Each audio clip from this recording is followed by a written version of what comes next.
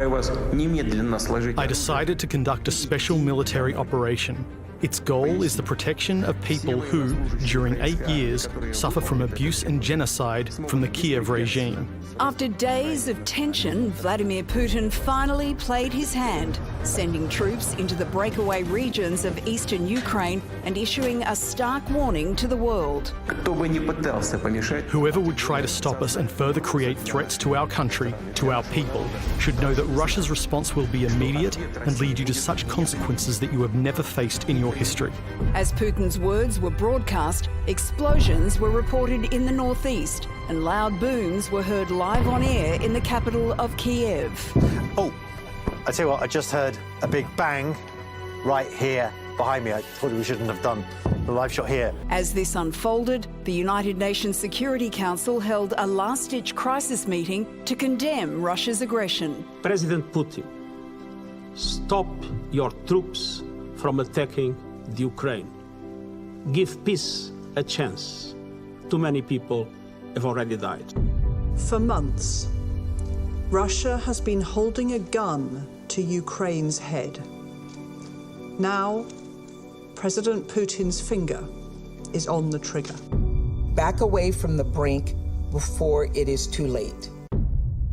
The Russian ambassador defended his country's actions, claiming it was all in self-defense, prompting this from Ukraine's ambassador. You declare the war. It is the responsibility of this body to stop the war. So I call on every one of you to do everything possible to stop the war. Or should I play the video with your president declaring the war?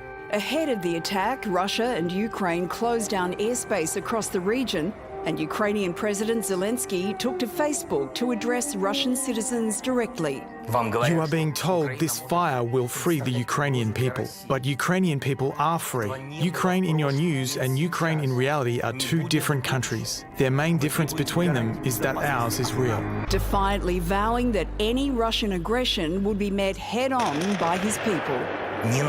When you attack, you will see our faces and not our spines. Our faces. Alla Koshlyak is a host at Radio NV in Kiev, and she joins us now. Alla, we've seen footage of explosions in Kiev. What have you witnessed? I woke up today at, I think, something around 5 in the morning. My friend called me. She lives nearby the airport, and she heard the explosions. And now people are told to stay at home or go to the some places to hide from the bombs. And the public transport now is free of charge, and everybody is allowed to go there. Also, a lot of people are trying to get cash from the ATMs and gas from the gas stations. So everything is still working. I mean, public transport, railways, airports are closed for now. And as we know, the explosions were near the airports. So that's all I can say for now, I think. Alla, we're seeing queues of people trying to leave, but you're still there, you're still reporting. Are you scared at the moment?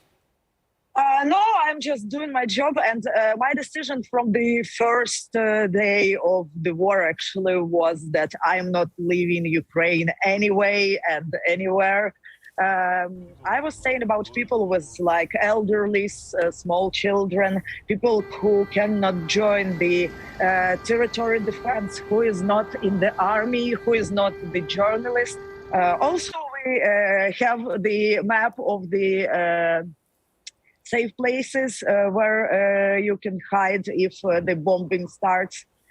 So we have some kind of plan B. Are they bomb shelters? What sort of places are being provided for locals to hide? Yes, shelters, and also we can use our metro underground. It is quite huge in Kyiv and quite deep underground. Ella, the defiance of the Ukraine people is well and truly on display. We're seeing pictures of grandparents taking up arms and preparing to fight. How confident are you in Ukraine's ability to fight off the Russians? I'm sure that Russians couldn't win this nation. I know it sounds kind of very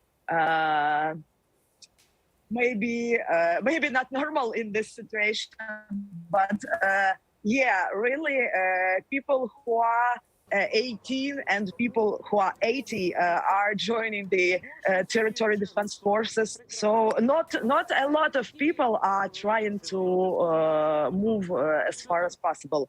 Many people are staying here.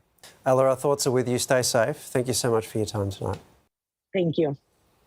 Well, let's head to Moscow now, where James Beardsworth is waiting for us. He's a reporter for the Moscow Times. James, Russia and Ukraine have woken up to the news that Putin has effectively ordered an invasion of Ukraine. The world has been warned many times that this was going to happen, but when it does finally happen, is it still a shock? Yeah, it's a massive shock. I think the feeling amongst Russians, certainly for the last 2 weeks, has been that Putin's kind of deploying an aggressive sort of diplomacy. He's trying to sort of sound the sirens for war to make different countries come to the negotiation table, and then getting that seal of approval that Ukraine won't be allowed to join NATO. Waking up to the news this morning, it's shocking. When, like, what Putin's plans are, we initially thought that perhaps he wanted to move into that eastern part of Ukraine to take the Donbass region. We're seeing reports that actually Russian troops are moving over the sort of more northeastern border of Ukraine, as well as from Belarus as well. And we're also hearing reports of explosions from sort of major cities in the east of Ukraine. How do the Russian people feel about this? Are they privately behind Putin? No, absolutely not. And that's the interesting thing. That's what makes this particularly shocking is the fact that in 2014, when we saw the annexation of Crimea, that came with huge boost to Putin's popularity back home. The Russian people thought that the sort of ethnic Russians that were in Crimea at the time, their rights weren't being respected by the current Ukrainian government. This is something that is not the case in this escalation. Russians that I've spoken to certainly don't want war. I was out on the streets of Moscow last week. If I can actually just read to you a couple of things that some Muscovites said to me. One 19-year-old Lisa said, I think we shouldn't get ourselves into a conflict. We need peace. We don't need a war or a hostile relations with anyone. Another one of the interviewees said to me, Putin is very smart. He wouldn't allow war, especially not between Ukrainians and Russians. We are one people with almost the same language.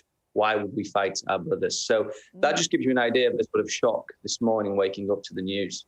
So how far do you think Putin will be prepared to go, James? That's a very good question. The president has outlined today that he doesn't intend a military occupation. How far he will go is anyone's guess. I don't pretend to know what goes on inside the head of the Russian president. I think so far what's happened is a shock. Whether he will sort of hold his military forces and then sort of use this initial attack as a way in which he can get that approval from NATO that Ukraine won't be allowed to join the alliance is something that's on the table still, but it's looking increasingly unlikely. Putin's address announcing the special military operation appears to have been pre-recorded. What does that tell us? Well, this whole thing has been sort of run a little bit like a circus. There was on Monday, I think it was, there was a Security Council meeting where there was a discussion taken about whether Russia should recognise the Donbass as independent republics. We saw that aired live on TV as an alleged live address. It turned out like it wasn't a live address. So it would seem that this whole thing has been scripted for a while. Remember that the sort of build-up on the Ukrainian border has been going on for nearly 4 months now, since November last year. As well as the fact we've also seen southern airports in Russia closed until the 3rd of March is the information we're getting this morning. So whether that's any sort of telltale sign about what the Kremlin has planned over the next 2 weeks is potentially another thing to look out for. Really interesting to hear from Ukrainian President Volodymyr Zelensky, who gave a speech in Russian overnight, making an emotional plea, especially to Russian citizens, and telling them that they are being misled on the war and on what's happening in Ukraine. Are the Russian people getting the truth on the conflict, do you think? Not wholly, absolutely not. We're seeing sort of media reports come out of the Donbass region that Russia recognises as two independent republics this week, saying that there's shelling being taken out by the Ukrainian forces. That is certainly not the case. It would seem that the aggressor here is certainly on the side of Russia and the militias in the Donbass. So no, there will be a spin, I would imagine, being put on it by the Kremlin in the next few days to try to sort of stir up this agenda that Ukraine is on the offensive. Now, we've seen in Zelensky's speech, he says, we will defend our nation. We will not attack, we will defend our nation. And do you think that Russians, just ordinary Russians, feel sympathy for Ukrainians who are right now fleeing or fighting off attacks? Absolutely. Absolutely. It's very clear that the Russians don't want war. First and foremost, we've seen, as a result of the pandemic and the last few years, a stagnation set in the Russian economy. I was speaking to a friend the other day who said, why would we have war when there's not even a nicely paved road to my parents' house? Russians don't want war. There will be media reports that we'll see come out over the next few days saying, why aren't we seeing Russians on the street? Where is this rejection? Russians want this war. I would really push back on that. I would say that is not the case. There has been protests we've seen, but in very, very, very small amounts, because, of course, certain laws in Russia require you to get a sanction to go out into the streets and protest. They won't be sanctioned. It will mean that any sort of protestations against this will be quickly cracked down on.